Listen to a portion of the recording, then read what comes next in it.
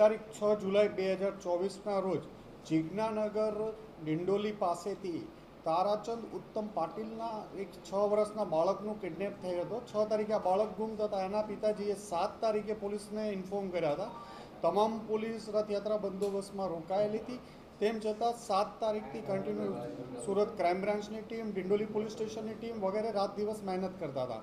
આ તપાસ દરમિયાન આના સીસીટીવી ફૂટેજના એનાલિસિસ કરતાં ખબર પડી કે તારાચંદ ઉત્તમ પાટીલે જ પોતાના છોકરાને કિડનેપ કર્યો હતો અને પોતાની બેન જ્યોતિ અને એક મિત્ર કરણ મારફતે આ છોકરાને બુલધાણા મહારાષ્ટ્ર મોકલી આપવામાં આવ્યો હતો.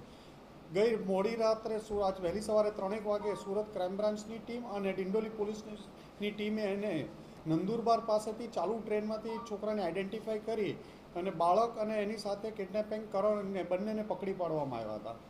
આ ગુનાનો મોટિવ જોતા એવું પ્રાથમિક દ્રષ્ટિએ લાગતું હતું કે જ્યારે એની મધર અને ફાધરને બનતું નહોતું અને એના ઉપર પ્રેશરાઇઝ કરવા માટે એના ફાધર ઉપર દેવું 9 લાખ રૂપિયાનું થઈ ગયું હતું, તો આ એના સસરા પાસેથી રેન્સમ માંગવા કે ખંડણી માંગવાનો પણ એક એંગલ આમાં હોઈ શકે એવું પ્રાથમિક દ્રષ્ટિએ જણાઈ આવે છે.